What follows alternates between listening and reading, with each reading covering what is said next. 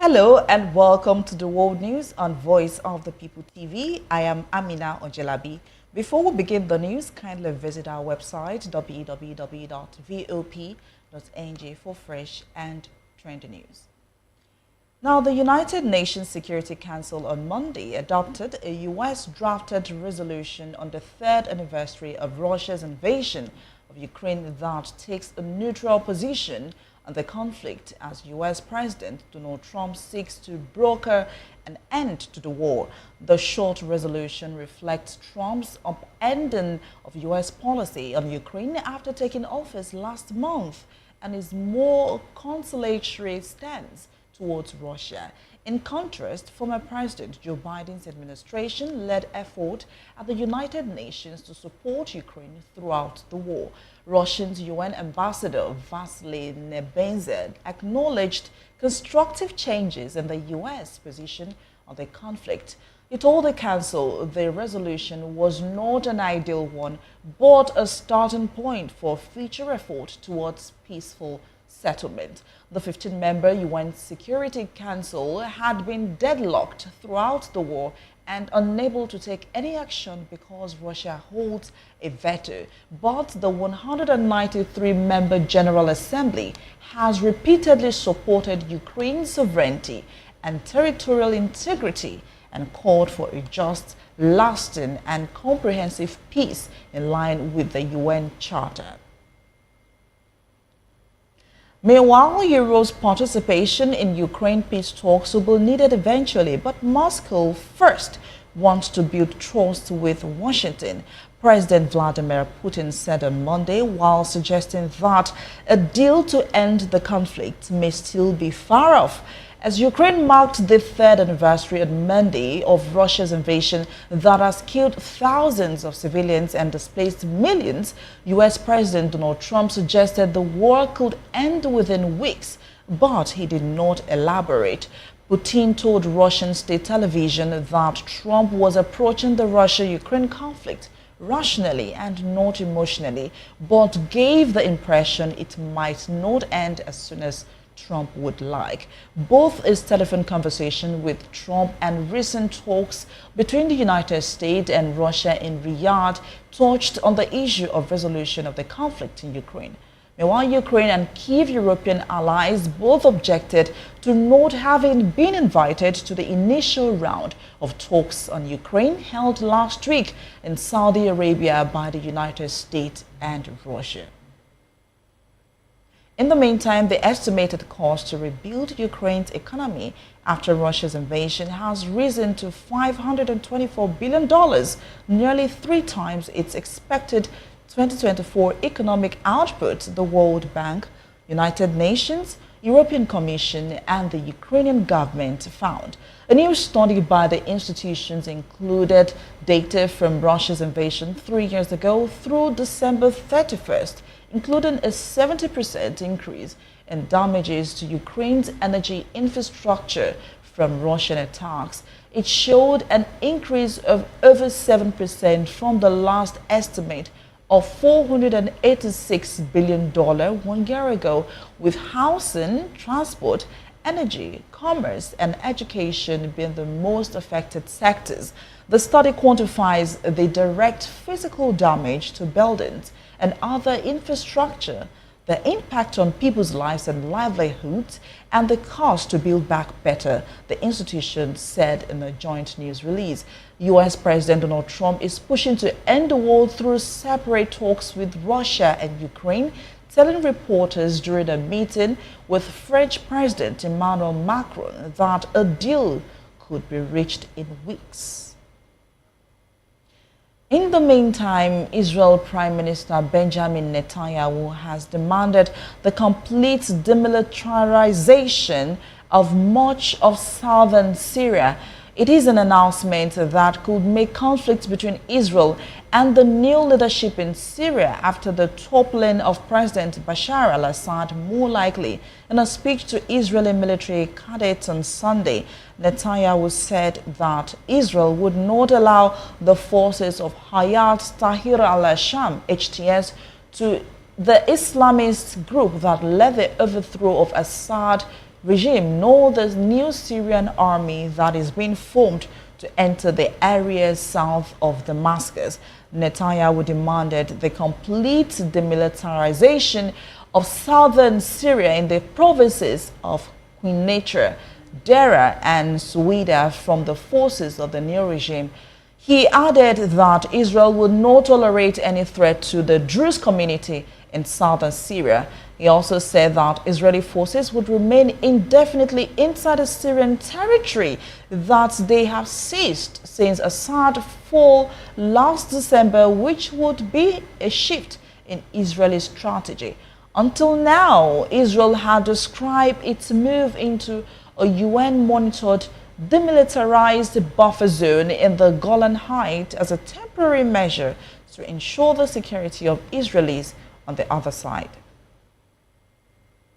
In another development, a defiant threat by Elon Musk warning that federal employees will be given a second chance to respond to his email, asking them to justify their jobs or risk termination is likely to spark another round of confusion across the U.S. government on Tuesday. Musk warning came after Trump administration officials told federal workers they did not have to respond to his weekend email that demanded they summarize their accomplishment of the past week. Failure to reply would be considered a resignation, Musk said. But while some federal agencies such as the U.S. Treasury Department told their workers to comply with the request, others, like the Pentagon, did not. As Musk's Monday midnight deadline approached, the U.S. Office of Personnel Management ultimately told agencies the workers could ignore the email. Musk, the billionaire CEO of Tesla and SpaceX, who has been tasked by President Donald Trump to lead a radical downsizing of the federal government, seems undeterred. Musk's actions and the pushback he saw from federal agencies cracked open new fissures within Trump's nascent administration and raised questions about the limits of Musk's authority.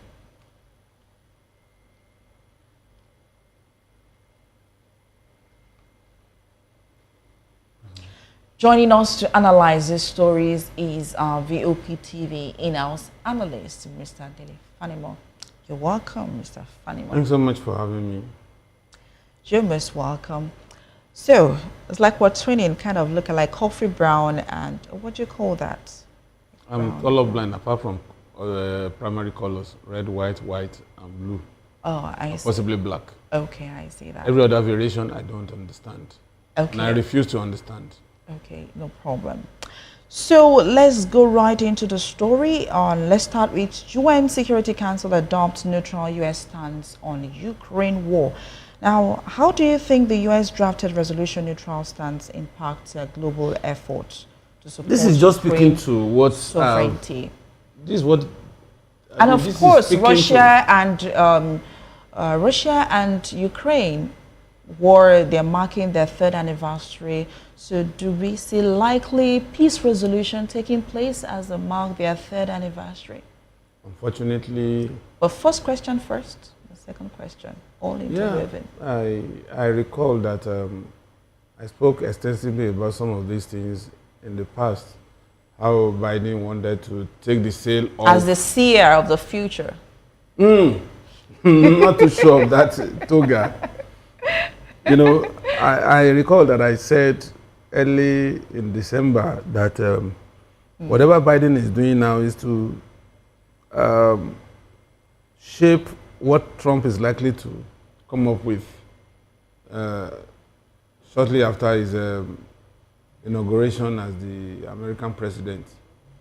And towards the tail end of Biden's administration, after the overt support to Ukraine, Trump particularly mentioned it that whatever Trump is doing to Ukraine to give overt support to Ukraine is targeted at him, so that he will not be able to go round the bend, you know, in supporting Russia after his inauguration. And we have seen this clearly from his pronouncement from day one, as soon as he was inaugurated.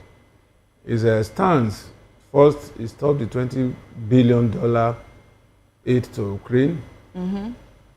And he also stopped armament shipment to Ukraine and all that. And the next step he did was to openly give support to Russia against Ukraine. That was what made the European Union to be jittery. One, they said they wanted to be part of the negotiation for peace in Russia-Ukraine crisis, and that they also are offering peacekeeping forces to enforce whatever comes out of the meeting. And shortly after that, Trump delegated some people to discuss with Russians, excluding Ukraine, in a meeting with his ally, Saudi Arabia, in Riyadh. And so everything points to a big brother trying to take side in this conflict. And it is very clear. That's why the European Union went to UN Security Council. But unfortunately, they didn't factor the fact that Russia has a veto power. If 99 nations are against Russia's veto, just one vote from Russia would dismantle 99 nations' vote in the Security Council. Now, Putin has acknowledged that Trump is trying to mediate truce. The truce. And Putin said that it's not likely to end sooner in his expectations. Now, do you think that while the positively, a cease deal is being made and the war ends, do you think Ukraine is going to eventually join NATO? Because as that, while there was a statement that Zelensky said that he was going to step down even if it's for peace to reign. And if he's sure that Ukraine is going to join in NATO. And meanwhile, he pushed for Ukraine to join NATO as at 2018, and the UN actually rejected because of the ongoing crisis, and they told them the war has to end actually. So what do you think about this talks and new developments? What do you see as a seer and a psychologist? Putin will not and will never support Ukraine joining NATO, because it's a free passage for America and some other allies to have a permanent camp, military base in Ukraine. And that's a veritable threat to Russian interests. And so there's no way. Maybe that's why one of the reasons why Putin said that against the expectation of the world, that Trump's intervention may not necessarily end this war so soon that we expect. So there's a kind of political interplay. Russia will not likely allow Trump to ride roughshod and impose certain things on him in the build-up to negotiation for peace between Russia and Ukraine. And don't forget that there's a trade war between China and America. Yes. And China is solidly behind Russia. So those areas would have to be taken care of in the build-up. So we're not seeing Putin to likely, President Trump likely succeed in this peace deal? He's likely to succeed, but not in the immediate. Because a lot of gray areas would have to be touched. A lot of issues would have to come to the table. Now, the whole essence of this war begins with the fact that Russian borders must not be touched by NATO forces. Yeah. Now, then Zelensky said, this is what I want. How do we solve this? A Zelensky that is ready to step down does not have much say. Because it looks to me, from the moment he made that statement, it looks to me that what Trump said, that he has only 4% of his people behind him, has come to play. Maybe I suddenly realized, given his position, that Zelensky may not have the full support of the whole nation when the chips are down. And so that's why he's offering to step down for the sake of peace that had been offered and had been spawned by him in the past. So for me, America has a role to play in this, but America should. It's not just America, because the latest meeting also included President Macron and Justin Trudeau, that's the Canadian president, regarding that's the G7 unit regarding the peace talks. So it's not just President Trump right now; it's also the European Union coming together. Now, Canada is not part of Europe. Canada is not part of Europe, but you have only France and Germany, Macron and Macron and you see, the G7 is made up of permanent seats in the Security Council, and those nations have veto powers. Yes, you understand, and so Russia would have to lobby some of these nations. Now it was quite tricky because people were on X and was just saying that, wow, it is such. This is politics, and this is quite surprising that how would a whole President Trump invite Canadian president? Meanwhile, you still have a trade war going on between you two. Political war is different from trade war. So in terms of the peace talks, can you just you see, shed more light? we're looking at, okay, what does it benefit me to trade continuously with a particular nation if this nation is benefiting more from the bilateral trade than me? And that's why Trump decided to impose 25% tariff on goods coming from Canada. And I'm sure he would have looked at the books and realized that there's a trade imbalance. How much of American goods go to China? I mean, yes, China, Mexico, Canada, and some other nations. So he's now looking at, okay, if this is the way to go, then I have to impose certain things to make sure there's a kind of trade balance, you know. But it's like the man has started realizing that he's burning his finger fast. That's why he's trying to calm down. You said something such like, wow, like I could recall. I'm trying to recall actually. Yes, I told you that it's just initial gra-gra.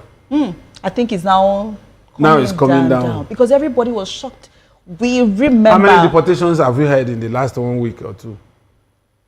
Well, we've been reading reports of some, but we don't know how sure. But the way it started, do you think an average illegal immigrant will still be in America today? But they have realized that companies are shutting down, factories are shutting down, farms are going under, just because those who do blue-collar jobs that are under the table jobs are no longer available. Even the ones that are still holed up in their homes in America, they can't go out for fear of being apprehended and handcuffed and manacled in the legs and sent back to their country. And who's going to do those jobs? Americans ordinarily will not do the job.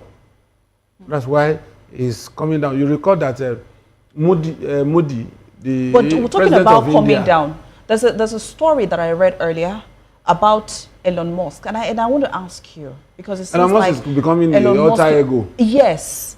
Now, Elon Musk telling people that he's going to fire them, or rather semi-fire, because according to the statement Trump said, why should Elon be the one taking decisions in the White House? They have appointed him, and he's one of those people running the show in America today.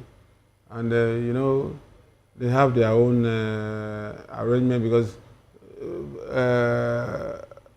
he helped him win an election. Trump is coming from the private sector, and Elon Musk is the richest man in the world today. And so he needs him, according to... If it's coming from the private sector, are you saying that Elon Musk influences his policies on the trade conflicts going on? Sure, because he has a lot to benefit from it.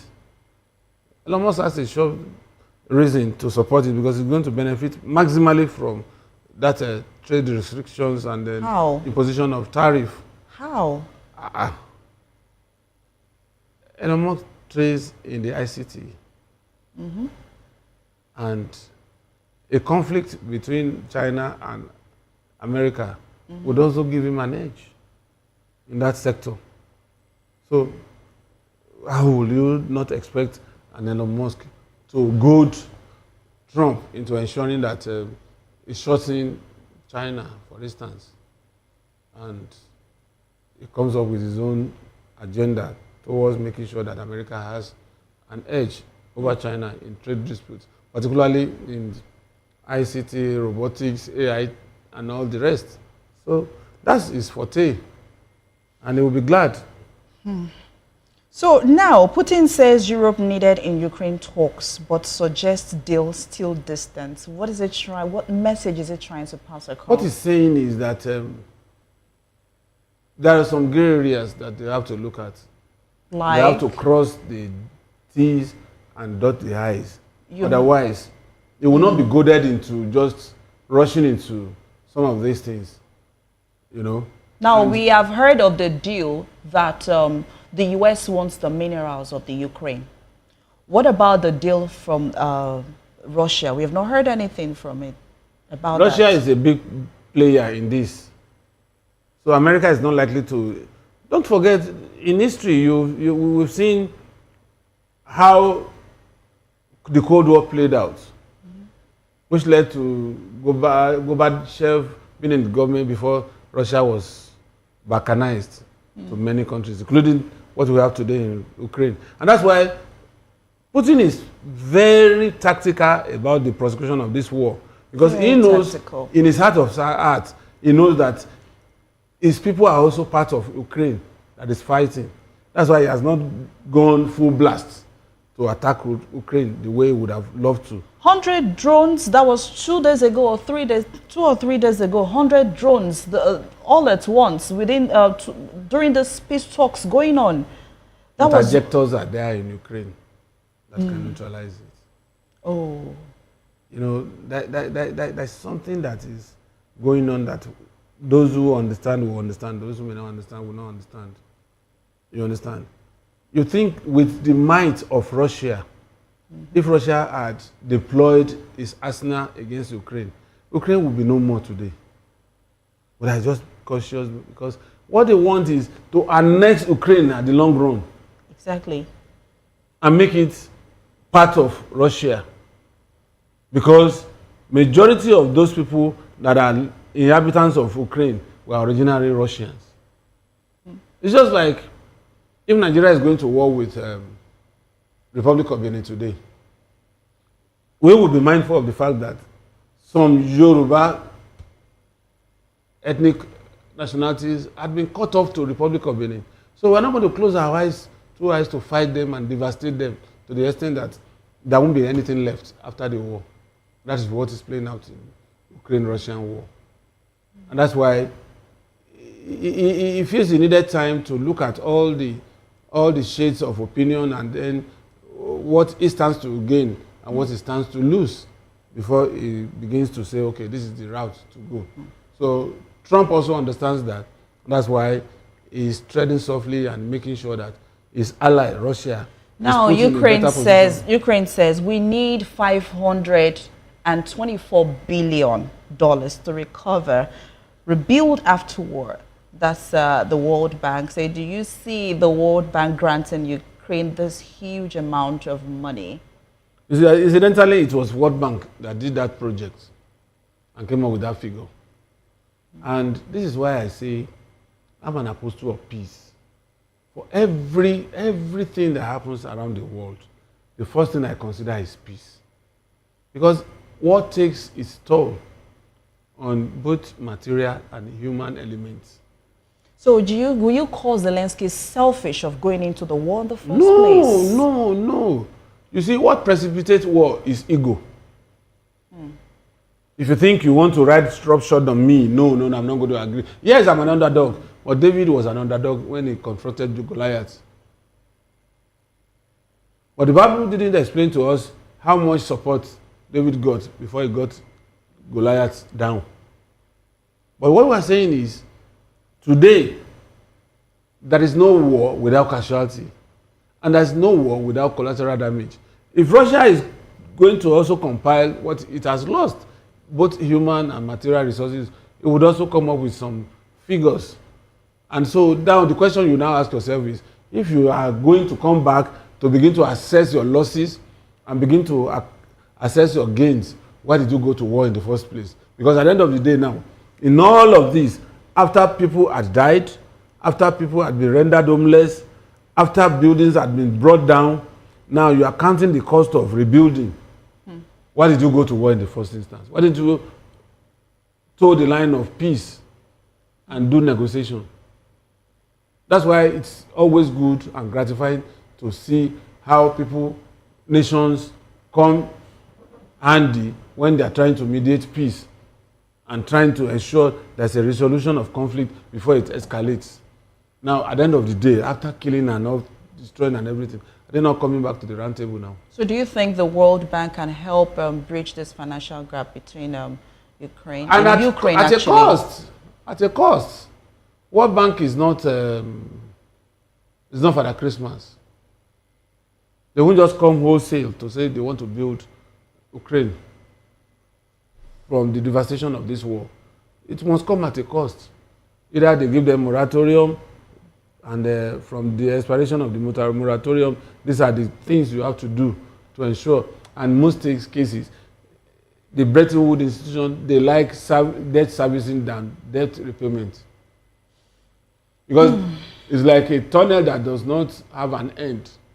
You keep dumping, and it sucks and sucks and sucks.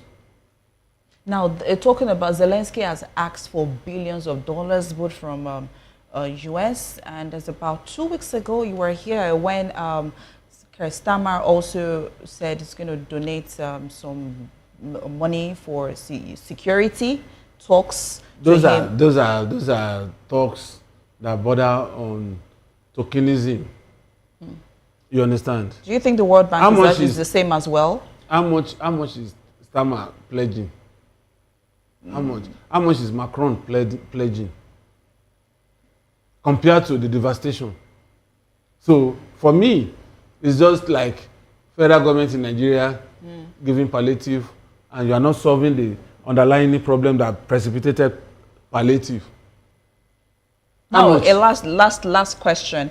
Trump called Zelensky a dictator, and Zelensky responded in his own and smiled during the interview when it was asked that you were called a dictator. You don't want to step down. You don't want another president to resume office and take over you. And they're like, okay, if he calls me a dictator, no problem. And he smiled. Do you actually think he's a dictator? And looking at all these billions dollars he's requesting and getting everywhere from the UN, from the World Bank, do you see him using this to help rebuild Ukraine? Trump can call him a dictator to the extent that he ought to have called for election before now. He refused to do that. So you see that he's doing that on purpose? No, you see, Trump has a way of browbeating you. If he's contending with you, he has a way of bullying you. And that's exactly what he has done. The moment he started saying that only 4% of Ukraine are in support of Zelensky, that gives you the impression that, okay, so this man is just living on borrowed times. And so it's a way of instigating the people against him. If you say Nigerian president has only 4% support from Nigerians, you think that person would be And he has a way of getting away with words on his Truth social media and on X as well. He's added up doing that, and he has done it in the last from 2016 to date. Even when he was out of government, he was having his way and posting, and of course he's also catching his cruise, and he's also making money from the social media. Thank you so much for joining us on the analysis segment. It's quite entertaining as always, and of course insightful. Thank you. You're watching the World News on Voice of the People TV. We have more stories coming your way after this break. Join us again.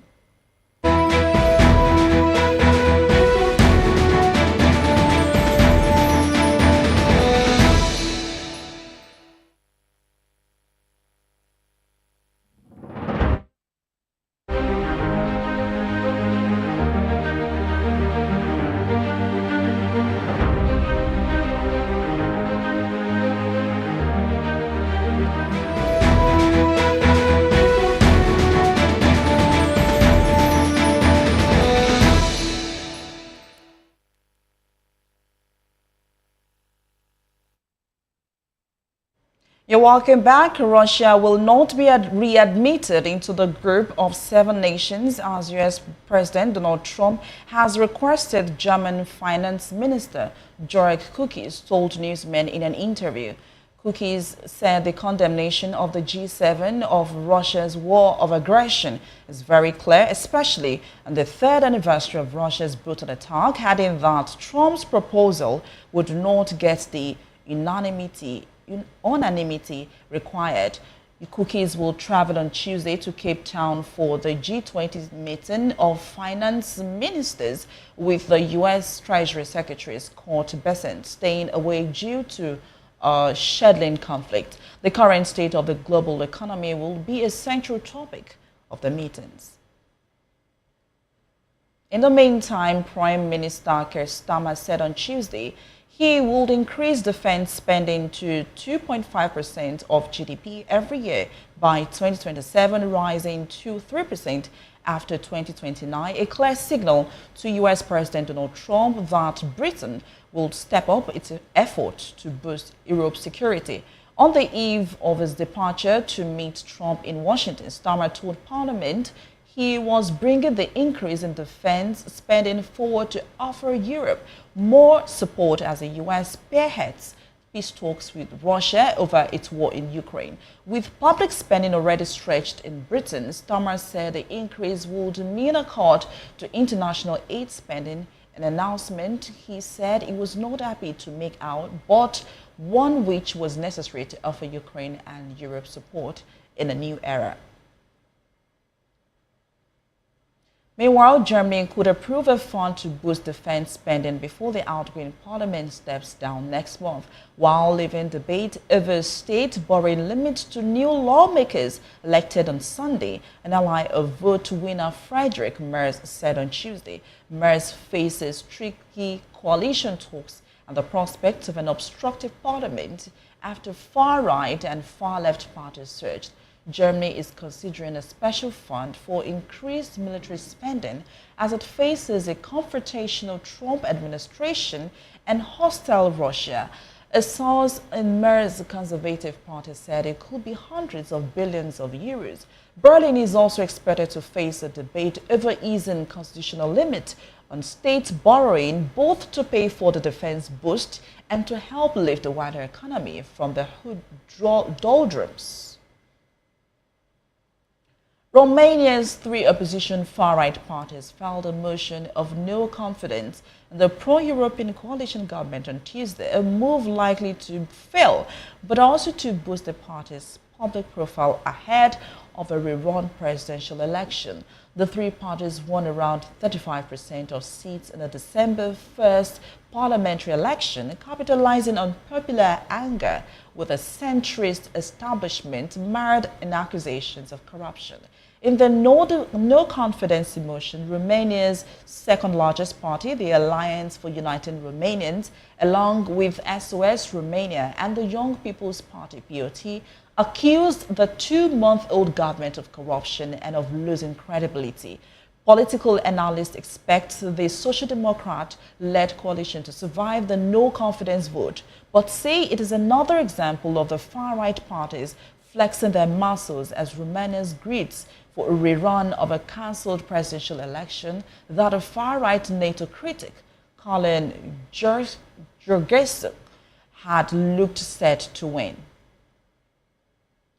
We will go on another quick break and the World News return with more stories. Stay with us.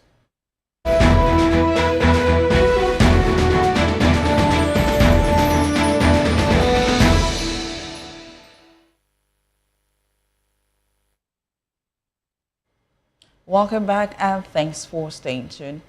In business, Singapore's biggest bank, DBS, says it expects to cut about 4,000 roles over the next 3 years as artificial intelligence AI takes on more work currently done by humans.